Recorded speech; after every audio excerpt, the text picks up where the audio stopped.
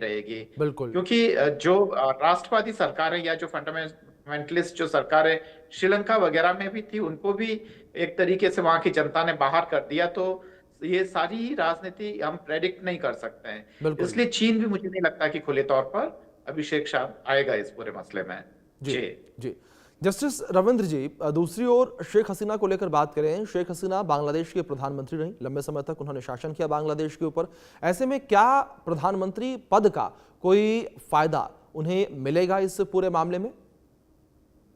नहीं, अगर वहां के लॉज में कोई इनको एग्जम्पशन होगा जी। तो मिल सकता है। अगर वहां के कानून में कोई एग्जम्पशन अगर नहीं है तो फिर उनको प्रधानमंत्री होने का कोई फायदा नहीं मिलेगा। जी। जी। दूसरी ओर बख्शी साहब, मैं आपका रुख करूंगा। आप जिस तरीके से फैसला निकलकर सामने आया और इस फैसले को राजनीति से प्रेरित बताया जा रहा है, पाकिस्तान का हस्तक्षेप की बातें निकलकर बार बार सामने आ रही हैं बख्शी साहब, और दूसरी ओर आईएसआई का जिक्र भी बड़े स्तर पर किया जा रहा है इस फैसले के पीछे। एब्सोल्युटली राइट अभिषेक, आईएसआई की मीटिंग हो चुकी है।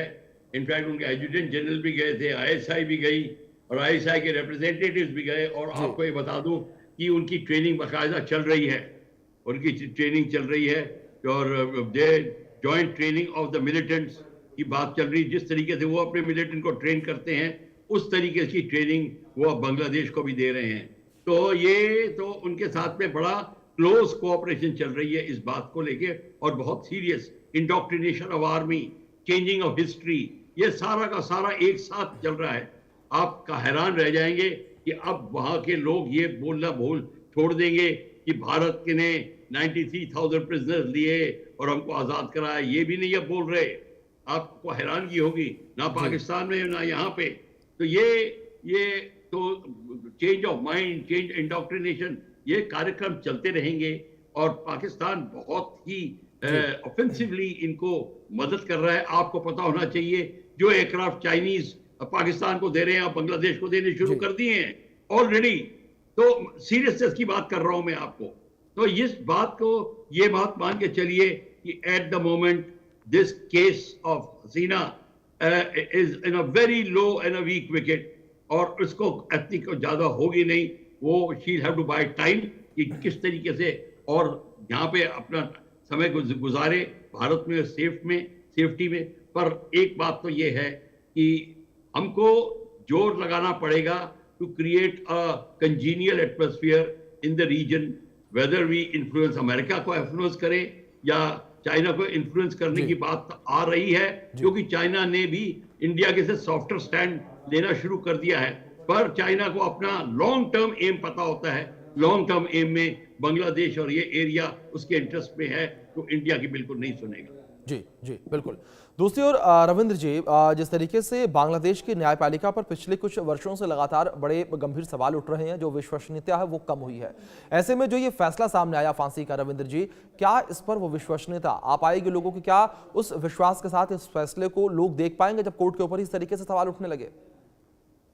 इस तरह के फैसले जब भी आते हैं तो जनता उनको कभी भी स्वीकार नहीं करती है। जी। और जनता जानती है कि न्याय क्या हो रहा क्या नहीं हो रहा है। जी। मनमानी हो रही है और जनता के परव्यू में है। जनता हर चीज को अंडरस्टैंड करती है।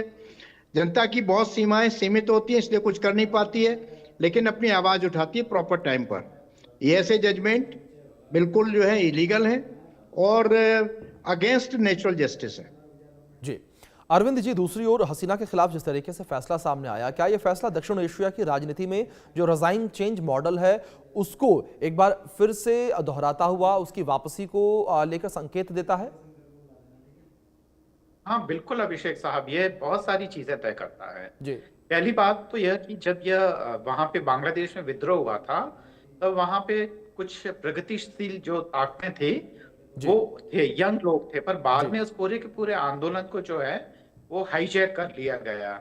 और उसने जो प्रतिक्रियावादी ताकतें जिन्होंने कोई बलिदान नहीं दिया, उन्होंने उस पूरे के पूरे आंदोलन को हाईजैक करके पूरी की पूरी जो सत्ता है वो अपने कब्जे में कर ली। तो ऐसे अगर कट्टरपंथी वहां जमा होंगे तो एक नए समीकरण बनेंगे, और जो नए समीकरण है वो सांस्कृतिक समीकरण होंगे। कि अगर बांग्लादेश में कोई कट्टरपंथी या खासकर जो धार्मिक राष्ट्रवादी सरकार बनती है, तो ऐसी स्थिति में भारत के साथ उनके संबंध कभी भी सहज हो नहीं सकते, क्योंकि भारत का जो यहाँ का समाज का और यहाँ का जो जो सब कुछ जो समीकरण जी है वह बांग्लादेश के जी साथ जी दुरुस्त तरीके से नहीं बैठेंगे। तो यह एक है कि हर्डल्स तो होगी ही, जी और ऐसे में बांग्लादेश धीरे धीरे हो सकता है कि वह चीन के गोद में चला जाए। जी पाकिस्तान जी भले ही आगे आके वह अपनी राजनीति कर रहा हो, पर पाकिस्तान में वह ताकत नहीं है।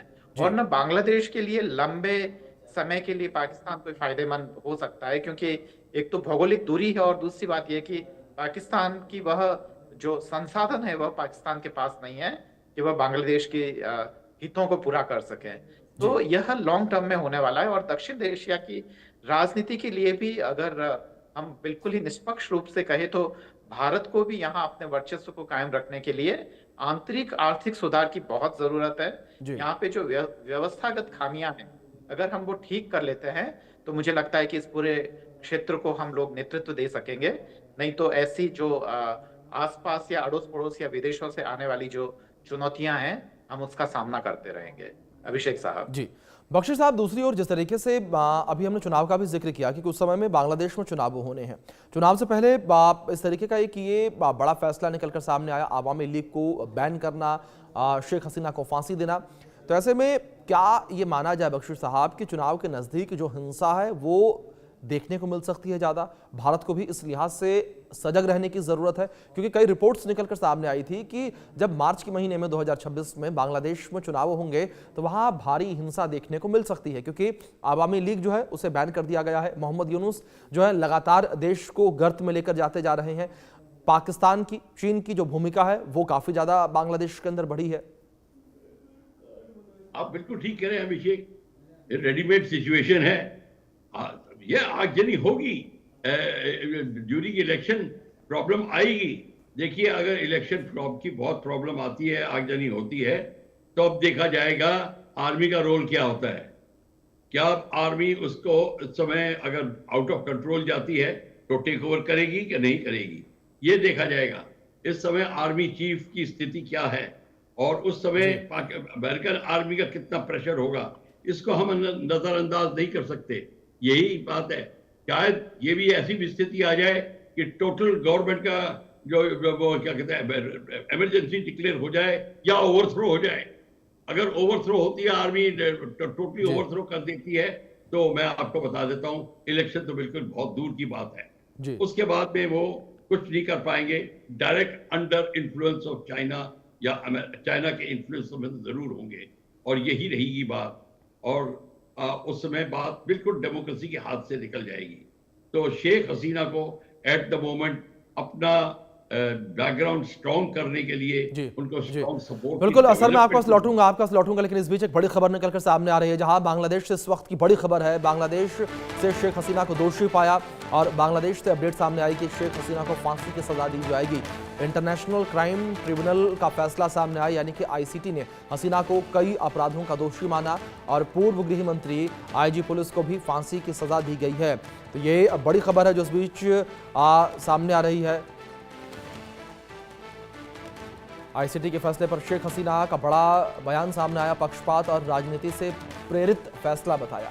आईसीटी के पास लोकतांत्रिक अधिकार नहीं है। आईसीटी के फैसले पर शेख हसीना ने कहा कि पक्षपात और राजनीति से प्रेरित फैसला है। ये बड़ी खबर है जो इस बीच निकलकर सामने आ रही है। पक्षपात के बाद जो है वो शेख हसीना ने कही है, आईसीटी के पास लोकतांत्रिक अधिकार नहीं है, ये कहा है शेख हसीना ने। ये बड़ी खबर इस बीच निकलकर सामने आई है। तो शेख हसीना का बड़ा बयान सामने आया। शेख हसीना को लेकर आईसीटी ने जिस तरीके से फैसला दिया, इस फैसले को लेकर शेख हसीना ने कहा कि लोकतांत्रिक अधिकार आईसीटी के पास नहीं है। हमारे दोनों खास मेहमान हमारे साथ बने हुए हैं। रविंद्र जी, मैं आपका रुख करूंगा। जिस तरीके से शेख हसीना ने आईसीटी का जिक्र किया, सर मैं आपसे समझना चाहूंगा कि किस तरीके से आईसीटी के पास अधिकार हैं और किस तरीके से लोकतांत्रिक अधिकार नहीं है, जिसका जिक्र शेख हसीना ने किया। ऐसा ये जितने ये ट्रिब्यूनल जो बनाया गया वो लगता पॉलिटिकल मोटिवेटेड है। वहां के कानून के हिसाब से उसको पावर दिए गए, लेकिन पावर का जिनको संचालन करना था, जिनको यूज करना था, they were not fair person. Fairness नहीं झलकती है। ट्रिब्यूनल को पावर तो दे दी गवर्नमेंट ने, लेकिन वो फेयरनेस, जो पद पर बैठे हुए लोग हैं उनकी फेयरनेस नहीं झलकती है। अगर फेयरनेस नहीं है तो शेख हसीना का जो स्टेटमेंट है कि पॉलिटिकल मोटिवेटेड है, लगता है ऐसा कि इसमें दम है। जी बिल्कुल। दूसरी ओर सर, मैं इस बीच आपसे यहाँ पर यह भी समझना चाहूंगा, जिस तरीके से शेख हसीना का बयान निकलकर सामने आया, आईसीटी का फैसला निकलकर सामने आया, अब जिस तरीके से शेख हसीना का ये रिएक्शन सामने आया, तो ये माना जाए कि शेख हसीना जो है आईसीटी के फैसले के विरोध में वो आगे बढ़ सकती हैं, इंटरनेशनल कोर्ट का रुख कर सकती हैं? करना चाहिए, क्यों, जब कोई विकल्प नहीं है। अगर उस आदेश को कहीं बांग्लादेश के कानून में चैलेंज नहीं किया जा सकता किसी बड़ी अदालत में, तो उनके पास फिर कोई विकल्प ही नहीं होगा इसके अलावा। जी जी।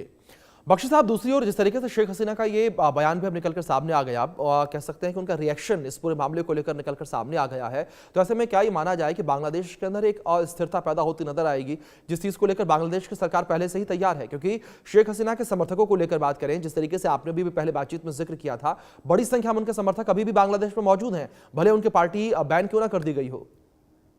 नहीं, उनके समर्थक मौजूद हैं जी, इसमें दो राय नहीं है। जी। आर्मी में भी हैं उनके समर्थक और सिविल स्ट्रीट पे भी हैं, ये बात तो, पर इतने नहीं हैं कि वो बांग्लादेश की पॉलिटिक्स के ऊपर हावी हो सके। ये आपको ये बात मान के चलिए, इस समय जो फोर्स है वो सारी की सारी डिसिडेंट एलिमेंट के साथ में है अगेंस्ट शेख हसीना, ये भी बात है, और उनके पास पूरा है। और आप कोई इलेक्शन अगर होगा भी तो आप उसके नतीजे ये मत सोचिए कि बड़ी डेमोक्रेटिकली किसी ट्रू सिंबल के ऊपर, क्रिस्टल के ऊपर आएंगे, नहीं, ये नहीं होगा। और अगर बिल्कुल बख्शी सर, जिस तरीके से आपने जिक्र किया कि जाहिर तौर पर बड़ी संख्या में जो समर्थक अभी भी बांग्लादेश में मौजूद हैं, अब देखने वाली बात यहां पर यह होगी कि किस तरीके से बांग्लादेश के अंदर स्थितियां बनती नजर आती हैं और भारत का रिएक्शन इस पूरे मामले को लेकर किस तरीके से सामने आता है। रविंद्र जी, बहुत शुक्रिया आपका जुड़ने के लिए, कीमती वक्त जो है वो साझा करने के लिए। और बख्शी साहब, मैं आपसे रिक्वेस्ट करूंगा कि प्लीज आप मेरे साथ बने रहें, आगे भी हम चर्चा करेंगे दूसरे मुद्दे पर। अब बात करेंगे हम इजरायली प्रधानमंत्री नेतन्याहू के कसम को लेकर, किस तरीके से उन्होंने हमास को खत्म करने की कसम खाई।